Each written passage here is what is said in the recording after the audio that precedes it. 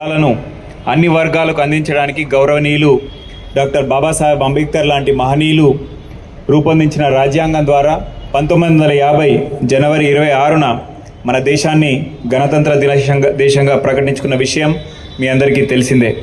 దేశ స్వాతంత్రం కోసం జీవితాలను పణంగా పెట్టిన ఎందరో త్యాగధనులకు జోహార్లు అర్పిస్తూ వారి త్యాగాలను స్మరించుకుంటూ జిల్లా ప్రగతి పదంలో ముందుకు సాగుతుందని వినమ్రంగా తెలుపుతున్నాను. కొత్త రాష్ట్రం కొలువుదీరిన వెంటనే 6 గ్యారంటీలలో భాగంగా మహాలక్ష్మి పథకం కింద బాలికలకు, మహిళలకు మరియు ట్రాన్స్జెండర్లకు ప్రభుత్వం ఉచిత బస్సు సౌకర్యం కల్పించింది. దీనివల్ల లక్షల కుటుంబాలకు ఆర్థిక స్వావలంబన ఏర్పడి మెరుగైన జీవితం గడపడానికి అవకాశం ఏర్పడింది.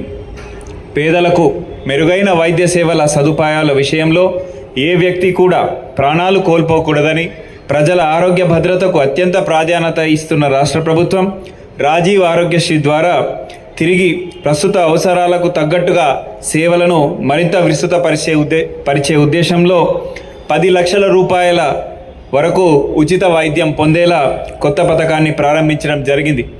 గత సంవత్సరం హైదరాబాద్ జిల్లాలో 64,767 మంది లబ్ధిదారులకు గాను 151,48,00,000 రూపాయలు ఖర్చు చేసి చికిత్స అందించడం జరిగింది. మన జిల్లాలో 168 ఎంపానల్డ్ ఆసుపత్రుల ద్వారా అందులో 56 కార్పొరేట్ ఆసుపత్రులను కూడా ఉంటూ మొత్తం చికిత్స అందిస్తూ ఉన్నాం. సమగ్ర అభివృద్ధి, మెరుగైన సేవలే లక్ష్యంగా ప్రభుత్వం ప్రతి 4 నెలలకు ఒకసారి ప్రజాపాలన కార్యక్రమం నిర్వహించాలని నిర్ణయించింది. ఈ కార్యక్రమం ద్వారా ప్రజలు వద్ద నుండి అభయహస్తం పథకంలో భాగంగా 6 గ్యారంటీల కింద లబ్ధి పొందడానికి జిల్లాలోని అన్ని వార్డుల నుండి దరఖాస్తులు స్వీకరించడం జరిగింది. గత సంవత్సరం 28 డిసెంబర్ 2023 నుండి 6 జనవరి 2024 వరకు ప్రజాపాలన కార్యక్రమంలో మహాలక్ష్మి, రైతు భరోసా, గృహజ్యోతి, ఇందిరమ్మ ఇండ్లు, యువ వికాసం, చేయూత పథకంల కింద ప్రజల వద్ద నుండి 13,64,66,000 దరఖాస్తులు స్వీకరించి కంప్యూటరీకరణ చేసి పథకాల వారీగా వివరాలని ప్రభుత్వానికి అందించడం జరిగింది. హైదరాబాద్ జిల్లాలో మొత్తంగా 2,73,800 ఆసరా పెన్షన్లు అందజేయడం జరుగుతున్నది. గత సంవత్సర కాలంలో 12,755 కొత్త పెన్షన్లు మంజూరు చేయడం జరిగింది. జిల్లాలో గత సంవత్సరంలో ఎస్సీ ఎస్టీలలో అన్యాయాలకు గురైన మరియు అత్యాచార బాధితులకు మొత్తం 164 కేసులకు గాను 1,71,00,000 నష్టపరిహారం ఇవ్వడం జరిగింది. మొత్తం హైదరాబాద్ జిల్లాలోని 15 అసెంబ్లీ నియోజకవర్గ సెగ్మెంట్లలో 2 పడకల గదుల ఇల్లులు కూడా 38,110 మందికి ప్రత్యేక ర్యాండమైజేషన్ సాఫ్ట్వేర్ ద్వారా ఎన్ఐసి సహకారంతో వారికి పంపిణీ కూడా చేయడం జరిగింది. మరియు జీవో 58/59 కింద కూడా 213 పట్టాలను అందజేయడం జరిగినది. వైద్య శాఖ విషయానికి వస్తే హైదరాబాద్ మహానగరంలో వైద్య ఆరోగ్య శాఖ ఆధ్వర్యంలో 100% ప్రసవాలు ప్రభుత్వ ఆసుపత్రుల్లోనే జరుగుతున్నందుకు సంతోషంగా ఉంది. జిల్లాలో పుట్టిన ప్రతి పిల్లవాళ్ళకి వ్యాధి నిరోధక టీకాలు కూడా ఇవ్వడం జరుగుతూ ఉన్నది.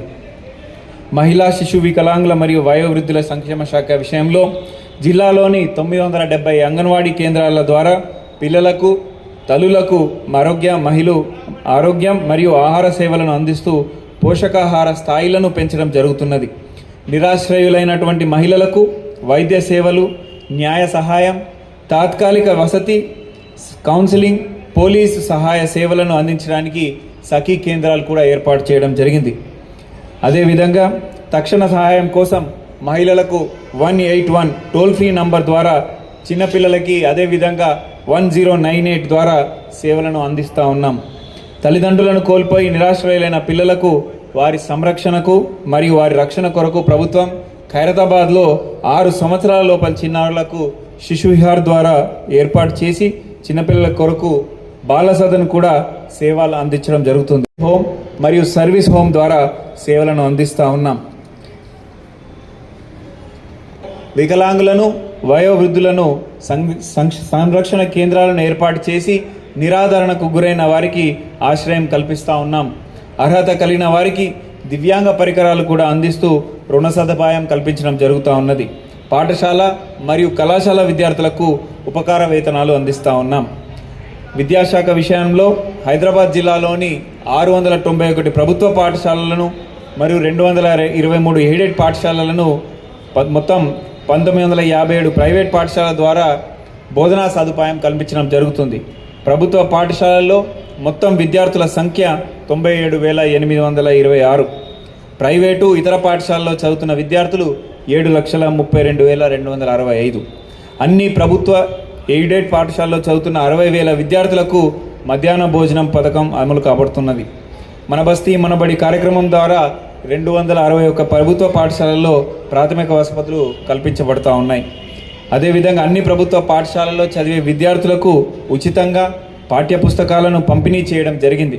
దీనితో పాటుగా ఈ సంవత్సరం నోటు పుస్తకాలు కూడా ఉచితంగా పంపిణీ చేయడం జరిగింది. ప్రభుత్వ పాఠశాలలో విద్యార్థుల ప్రాథమిక విద్యా విషయ పరిజ్ఞానం పెంచుటకు ఫౌండేషనల్ లిటరసీ అండ్ న్యూమరసీ తొలిమెట్టు కార్యక్రమం నిర్వహించబడుతున్నది. హైదరాబాద్ జిల్లా నుండి 2023 సంవత్సరంలో జాతీయ స్థాయిలో ఇన్స్పైర్ అవార్డుకు 12వ తరగతి చదువుతున్న నాగరాజు మరియు జనవరి 2023లో అహ్మదాబాద్లో నిర్వహించిన నేషనల్ చిల్డ్రన్ సైన్స్ కాంగ్రెస్ గాను దేవనార్ అంధ విద్యార్థుల పాఠశాల బేగంపేటలో 11వ తరగతి చదువుతున్న నాగేందర్లు పాల్గొనడం జరిగింది. హైదరాబాద్ జిల్లాలోని దివ్యాంగులైన పిల్లల కొరకు రాష్ట్ర ప్రభుత్వం మరియు అలింకో వారి సహకారంతో 2023-24 సంవత్సరంలో 445 మంది విద్యార్థులకు ట్రైసైకిల్స్ కూడా అందించడం జరిగిందని తెలియజేయడానికి సంతోషం వ్యక్తం చేస్తూ ఉన్నాను. ఇదే విధంగా గృహ నిర్మాణ విభాగంలో హైదరాబాద్ జిల్లాలోని డబుల్ బెడ్రూమ్ ఇండ్ల నిర్మాణం జరిగినది. వీటిలో 5 ప్రాంతాలలో ప్రభుత్వం ఖాళీ స్థలాలలో, మిగతా 32 ప్రాంతాల్లో నిరుపేద కాలనీలో ఉన్న గుడిసెల స్థానంలో డిగ్నిటీ హౌసింగ్ ద్వారా నిర్మాణం చేపట్టడం జరిగింది. ఇందులో భాగంగా 9,403 ఇండ్లు మంజూరు అయినాయి. అందులో 6,029 ఇండ్ల నిర్మాణం పూర్తి అయి ఇప్పటి వరకు 4,574 అర్హులైన లబ్ధిదారులకు ఇండ్లను అందించడం జరిగింది. ఇదే విధంగా జిహెచ్ఎంసి మరియు రెవెన్యూ అధికారులు సమన్వయంతో పనిచేసి ప్రభుత్వ మార్గదర్శకాల మేరకు దరఖాస్తుల విచారణ జరిపించి 15 నియోజకవర్గాలలో కూడా అర్హులైన లబ్ధిదారులను కంప్యూటర్ ర్యాండమైజేషన్ ద్వారా 3 విడతలలో మొత్తంగా 38,110 డబుల్ బెడ్రూమ్ ఇండ్ల పంపిణీ చేయడం జరిగింది. తద్వారా జిల్లా అన్ని రంగాల్లో కూడా సమగ్ర